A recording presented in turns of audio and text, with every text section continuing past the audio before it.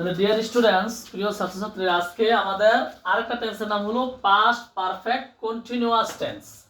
তাহলে আমরা গত ক্লাসে পড়েছি পাস্ট পারফেক্ট টেন্স, আজকে হলো পাস্ট পারফেক্ট কন্টিনিউয়াস টেন্স। তাহলে পাস্ট পারফেক্ট কন্টিনিউয়াস টেন্স জানার জন্য চিনিবার উপায় হলো আমরা দুটো উদাহরণ নিয়েছি। এই দুটো উদাহরণ থেকে আমরা চিনবো, জানবো, বুঝবো এবং ব্যবহার করব। তাহলে আমরা বুঝতে পারছি আগে থেকে যে প্রতিটি টেন্স তার ক্রিয়ার উপর নির্ভর করে। আমরা ক্রিয়া কিন্তু একটি নিচে খাওয়া ক্রিয়াটা নিয়েছি। তাহলে আমরা উদাহরণটা একটু দেখি। আমি ভাত খাইতে ছিলাম, আমি 2 ঘন্টা যাবত ভাত খাইতে ছিলাম। তাহলে একটা হলো খাইতে ছিলাম, আর হলো 2 ঘন্টা যাবত সময়ের কথা উল্লেখ করা আছে। আর অতীতকালে যদি সময়ের কথা উল্লেখ থাকে তখন এটাকে বলা হয় পাস্ট পারফেক্ট টেন্স। এখন দেখো পাস্ট পারফেক্ট কন্টিনিউয়াস টেন্স।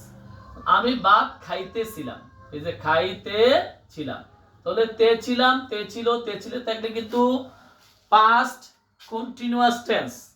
কিন্তু পাস্ট কন্টিনিউয়াস টেন্স থেকে পাস্ট পারফেক্ট কন্টিনিউয়াস টেন্স পার্থক্য হলো সময়ের কথা উল্লেখ করবে। যাবত বা থেকে, যাবত বা থেকে আমরা থেকে উদাহরণ নিলাম না, যাবত দিয়ে দেখাই।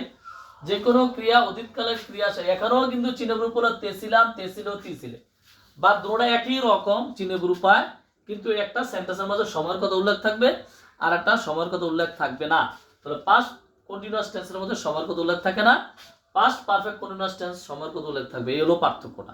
তাহলে আমরা বুঝতে পারলাম পাস্ট পারফেক্ট কন্টিনিউয়াস টেন্স কিভাবে নির্ণয় করব, দুটোর মধ্যে পার্থক্য, কম্পারেটিভ স্টাডি।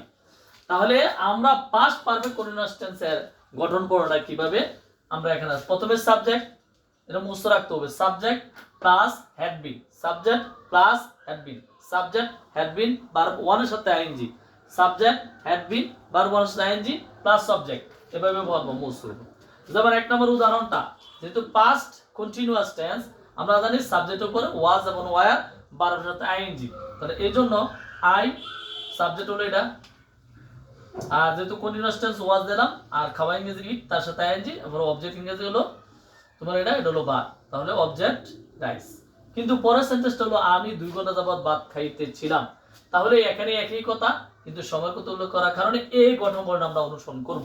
তাহলে প্রথমে সাবজেক্ট, তাহলে আমি যেহেতু 2 ঘন্টা যাবত ভাত খাইতেছিলাম, তাহলে এটা গঠনবর্ণ যেহেতু past perfect continuous tense had been, এই যে হ্যাড বিন ব্যবহার করলাম, তার ভার্ব প্রেজেন্ট ফর্মের সাথে আইএনজি আর ভার্ব 1 এর সাথে না, খাওয়া ইংরেজি ইট তার সাথে আইএনজি দিলাম, তারপরে হলো ভাত হলো অবজেক্ট, আমরা অবজেক্ট দিয়ে দিলাম।